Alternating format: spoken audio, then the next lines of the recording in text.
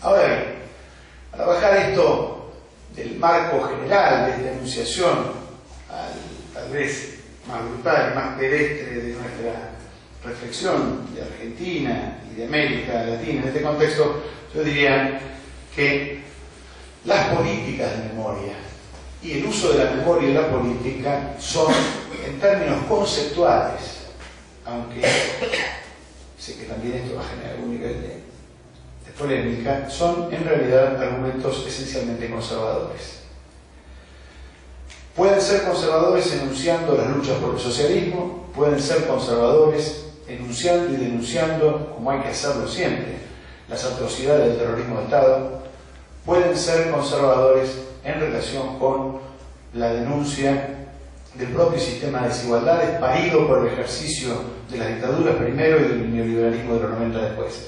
Pero lo que digo es, en ese contexto, el uso político de la memoria se parece mucho, y en esto quiero ser muy preciso, a una memoria cómplice del destino. Una memoria que viene a decir, somos la encarnación de un proyecto inacabado, somos la continuación de la patria sublevada, venimos a terminar con un mandato histórico que tenía esta y otras características, y en realidad allí pareciera que destino, fatalidad, condición inmanente, necesidad intrínseca de desarrollo de un sujeto social vienen como una cartilla ya prescrita donde la memoria viene a santificar aquello que se espera. Y la verdad que en ese contexto, dije por eso que se espera, pareciera que la fatalidad prima, y donde prima la fatalidad o prima el destino, la política está muerta, al menos la política democrática está muerta, ¿verdad? Cuando uno dice pobre subo siempre, cuando uno dice segregado subo siempre, cuando uno dice las condiciones de contribución en el pago de los impuestos siempre son a favor de los ricos y siempre terminan pagando los pobres, cuando uno dice el Estado está ausente cuando necesitan los pobres y demasiado presente cuando necesitan los ricos, y eso es una fatalidad, lo que está haciendo es matar la política, ¿verdad?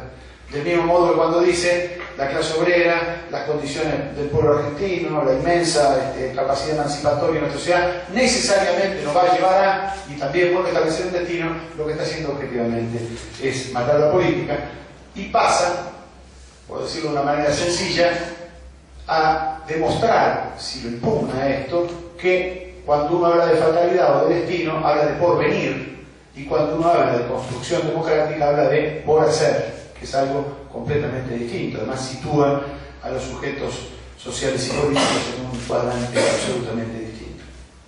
Digo, en relación con esto, el paso que sigue para otorgarle centralidad a la memoria como construcción de la política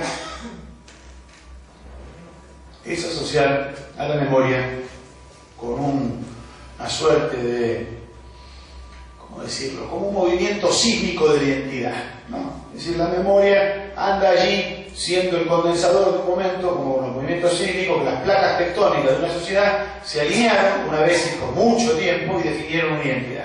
Y esa identidad queda fija, pétrea, con algunas tensiones, pero es sobre el piso en el que está parada una sociedad. Y en ese contexto, la primera pregunta que uno tiene que hacerse para poner en duda si esto es así, es si la identidad es solamente memoria, ¿no? Y ahí hay un pequeño problema, que es que si nosotros concebimos a la política democrática en el marco de una deliberación que debe crearse entre iguales y que hay que construir las condiciones materiales de igualdad, entender a la política y la identidad solo como memoria nos trae, me parece, problemas serios, porque además la deliberación presupone estructuras conceptuales, culturas de origen, mecanismos de uso del tiempo, percepciones de la sociedad muy distintas, y esto implica que la identidad de cada uno debe ser puesta en disputa, y si la identidad es memoria, la memoria, excepto para la gente que tiene trastornos psíquicos graves, dificultosamente puede ser permanentemente puesta en duda. Digamos, uno tiende a apilar en la memoria ciertas condiciones de fortaleza, ciertas condiciones de certidumbre, y si se abre a una identidad plural, dificultosamente lo puede hacer desde una memoria pétrea que diga, ni mi identidad es solo mi memoria, ¿verdad? Esto implica un segundo o tercer punto, disculpe lo desordenado del planteo, que tiene que ver con por qué tener memoria. Uno puede decir, mire, la memoria es algo que uno usa, puede no usarlo. La memoria es una capacidad, como toda capacidad, si uno la tiene, a diferencia de los derechos, que muchas veces se tienen como derechos, pero no se tienen como capacidad, la memoria, máxima en esta democracia, La memoria como capacidad no la tiene. Ahora, bueno, tiene el deber de tener memoria, existe un deber de la memoria. Y aquí remito nuevamente a la frase del mismo, del inicio, ¿no? Memoria para qué y deber memoria para qué. Claramente, el deber de memoria implica un compromiso intertemporal. Es decir, es algo que dice, mira, yo debo esto. ¿Qué es una deuda? Una deuda es un compromiso irresoluto, irresuelto. Es desde una deuda no pagada a un acto que no se hizo. Eso es una deuda. Entonces, cuando uno dice deber memoria, no es solamente a quién le debe la memoria, sino ese compromiso a pagar de qué está sustanciado, digamos, cuál es el origen de esa deuda social. Y ahí me parece que empiezan los problemas de cuáles fueron los compromisos incumplidos de una sociedad en el momento que, claramente, teniendo que discutir la memoria y teniendo que discutir política de memoria, no puede discutir en el presente y obviamente con mucha dificultad también para atrás cuáles son los compromisos incumplidos. Esto es, el compromiso de no tocar los cuerpos, el compromiso de respetar ideas, el compromiso de promover la libertad individual y colectiva, el compromiso de no convertir a la miseria en las cárceles de los pobres, ni tampoco de convertir el dogmatismo ideológico en la cárcel de los que tienen capacidad de consumir algunos bienes culturales o de integrarse en algunas redes culturales. Digo, todas esas cuestiones que tienen que ver con las deudas o a creencias que un sistema social le plantea a aquellos a los que les quita derechos o a aquellos a los que les da los derechos pero les niega las capacidades, conforman, desde mi punto de vista al menos, un acto de deuda que muchas veces la memoria no salda. Y en ese contexto, más que la memoria entendida como una deuda, yo creo que habría que entenderla como un trabajo orientado desde el futuro y no como una deuda a honrar en función de injusticias pasadas, martirologios, situaciones atroces, que las hay, que hay que recordarlas, que hay que crearlas, pero desde una perspectiva de integración transhistórica de derechos. Digo esto porque el problema de la memoria entendida como deber obliga a que alguien en la sociedad, a uno le guste o no le guste, quien sea, empieza a entender que necesita un testigo. ¿No? Es decir, si a mí la historia me impone un deber, alguien debe decir que lo impuso. Alguien debe aparecer que lo haga.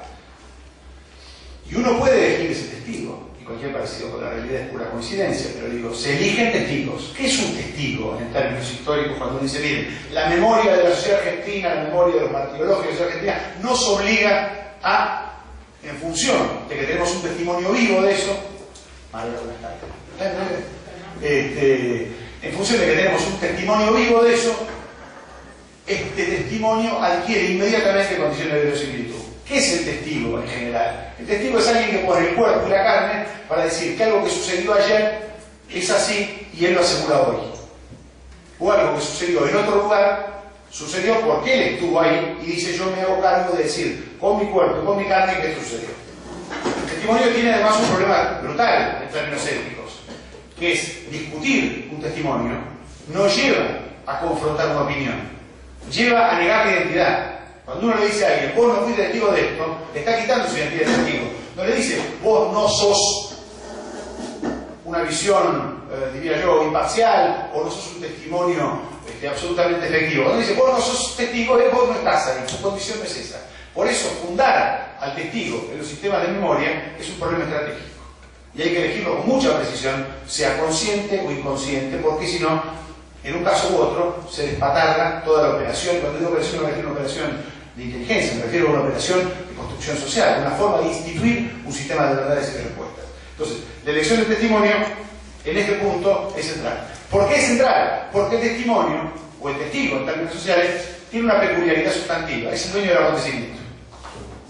Cuando yo digo, yo soy el testigo de esta cosa, y soy el testigo por antonomasia, soy el dueño de un acontecimiento y buena parte de la interpretación de ese acontecimiento. Entonces, cuando algún grupo, un sector social, me refiero, esta casa además tiene el nombre de alguien que lo supo hacer bastante bien, para bien o para mal de la Argentina, que es apropiarse de una manera de ser testigo de la barbarie, de la frontera, de la profundidad del desierto, del latifundio o de lo que fuera, para no llegar a cuestiones más enojosas del presente, digo, ese testigo como tal se convierte inevitablemente en dueño de un sistema de acontecimiento, abre una red de acontecimientos.